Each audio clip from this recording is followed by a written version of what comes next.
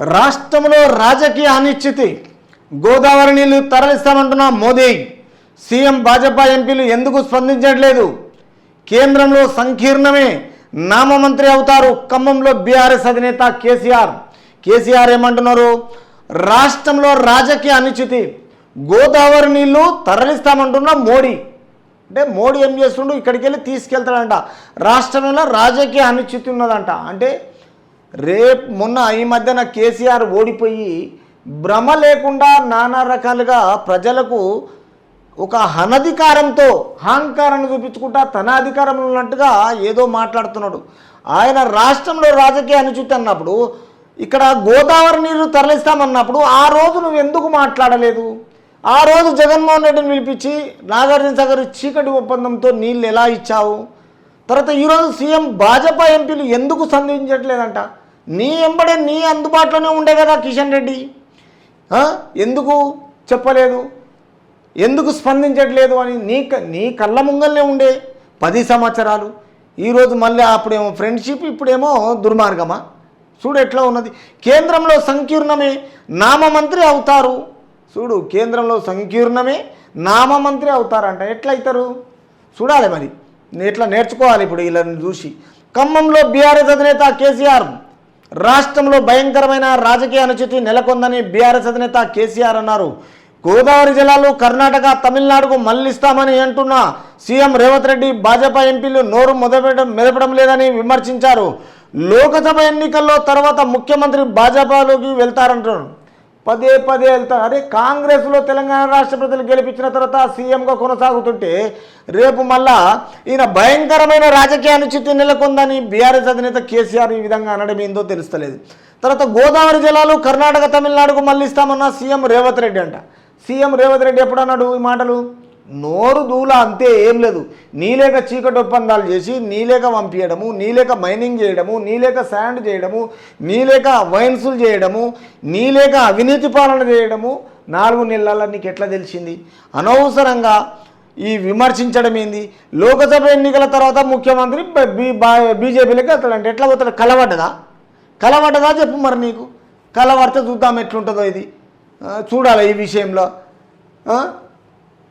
తర్వాత గడువిస్తే అధికారాలు నిద్రపోతారు. ఎట్లా నిద్రపోతారు? ఇసుక అక్రమ తవ్వకాలు కొనసాగుతూ పోతాయి. ఎన్జిటి ఉత్తర్వుల అమలుపై మే 9 అఫిడవిట్ దాఖలు చేయవలసిందే. కేంద్ర పర్యావరణ అటవీ శాఖ, ఏపీ ప్రభుత్వం, జేపీ సంస్థ సుప్రీంకోర్టుకు సృష్టీకరణ.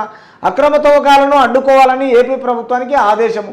ఆంధ్రప్రదేశ్లో ఇసుక అక్రమాల తవ్వకు నియంత్రణ 23 మార్చి 23న జాతీయ హరిత ట్రిబ్యునల్ ఇచ్చిన తీర్పులోని క్షేత్రస్థాయిలో అమలు చేశారన్న కేంద్ర పర్యావరణ అటవీ శాఖ ఆంధ్రప్రదేశ్ ప్రభుత్వంపై జయప్రకాష్ వెంచర్స్ సంస్థలు 9వ తేదీలోపు అఫిడవిట్ దాఖలు చేయాలని సుప్రీంకోర్టు ఆదేశించింది. అధికార యంత్రాంగం ఎన్నికల్లో నిమగ్నమైనందున మరికొంత సమయం ఇవ్వాలన్న రాష్ట్ర ప్రభుత్వం విజ్ఞప్తి తోసిపుచ్చింది. ఎన్నికల కంటే పర్యావరణ ముఖ్యమనే స్పష్టం చేసింది. గడువు పొడిగిస్తూ వెళ్తే అధికారులు నిద్రపోతున్నారని, అక్రమ తవ్వకాలు కొనసాగుతూనే ఉంటాయని ఘాటుగా వ్యాఖ్యానించింది. ఎన్జిటి తీర్పును సవాలు చేస్తూ జయప్రకాష్ పవర్ వెంచర్స్ దాఖలు చేసిన అప్పీలుపై విచారించిన జస్టిస్ అభయ్ ఎస్ఓ, జస్టిస్ ఉజ్వల్ భయానలతో కూడిన ధర్మాసనం ఈ మేరకు ఉత్తర్వులు జారీ చేసింది. సో గడువిస్తే అధికారాలు నిద్రపోతారు అంటే, ఇంతకుముందు తెలంగాణలో మొత్తం బీఆర్ఎస్ పార్టీ ఓటమి పాలైపోయిన తర్వాత అప్పుడు వాళ్ళ చీకటి ఒప్పందాలు చేసిన కథ అలాగుంది, వాళ్ళు చేసింది. ఇప్పుడు ఇక్కడ ఆంధ్రలో గడువిస్తే అధికారులు నిద్రపోతారంట. మరి ఆ విధంగా ఉన్నది అధికారం వల్ల పాలకవర్గం. ఇసుక తవ్వకాలు కొనసాగుతూనే ఉన్నాయి. ఎన్జిటి ఉత్తర్వుల అమలుపై 9 అఫిడవిట్ దాఖలు చేయవలసిందే. తర్వాత అక్రమ తవ్వకాలను అడ్డుకోవాలని ఏపీ ప్రభుత్వానికి ఆదేశాలు ఇచ్చింది, అయినా కొనసాగిస్తూనే ఉన్నారు. ఈ ఇసుక అక్రమ తవ్వకాలకు 2023 మార్చి 23న జాతీయ హరిత ట్రిబ్యునల్ ఎన్జిటి ఇచ్చిన తీర్పులోని అంశాలను క్షేత్రస్థాయిలో ఎంతవరకు అమలు చేశారన్న దానిపై కేంద్ర పర్యావరణ అటవీ శాఖ ఆంధ్రప్రదేశ్ ప్రభుత్వం జయప్రకాష్ వెంచర్స్ సంస్థలు 9 తేదీలోపు అఫిడవిట్ దాఖలు చేయాలని సుప్రీంకోర్టు ఆదేశించిన ఇప్పటి వరకు నిమ్మకు నీరెక్కకుండా చేస్తున్నారు. అధికార యంత్రాంగం ఎన్నికల్లో నిమగ్నమైనందున మరికొంత సమయం ఇవ్వాలని రాష్ట్ర ప్రభుత్వము విజ్ఞప్తి తోసిపుచ్చింది. అయినా ఈ విషయంలో సుప్రీంకోర్టు చెప్పినా ఎవరు చెప్పినా వీళ్ళకు నిమ్మకు నీరెక్కకుండా చీమగుట్టినంతగిన లేదు. ఈ రోజుల నాయకులకు. ఎందుకంటే ప్రజలు మంచిగా దొరికినరు, ప్రజలతోటి ఓట్లతోటి డబ్బులు ఖర్చు పెట్టి గెలిపించుకుంటున్నారు, 5 సంవత్సరాలు బ్రహ్మాండంగా సంపాదించుకుంటున్నారు, తరతరాలు తిరిగిన ఆస్తులు అయిపోయినాయి. ఏ కోర్టును, ఏ చట్టాన్ని, ఏ న్యాయస్థానాన్ని ఎవరు గౌరవించడం లేదు. తర్వాత ఈ విషయంలో ఎన్నికల కంటే పర్యావరణం ముఖ్యమని స్పష్టం చేసింది. తర్వాత గడువు పొడిగిస్తూ వెళితే అధికారులు నిద్రపోతురంట. చూడండి ఎట్లుంది, గడువు జర్రా పొడిగిస్తే చురుకున లేకుండా నిద్రపోతున్నారు.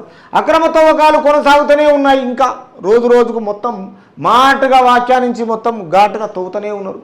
ఎన్జిటి తీర్పును సవాలు చేస్తూ జయప్రకాష్ పవర్ వెంచర్స్ దాఖలు చేసిన అప్పీలుపై విచారించిన జస్టిస్ అభయ్ ఎస్ఓకా జస్టిస్ ఉజ్వల్ బయాన్లతో కూడిన ధర్మాసనము ఈ మేరకు ఉత్తర్వులు జారీ చేసినా పట్టించుకునే నాదుడే లేడు.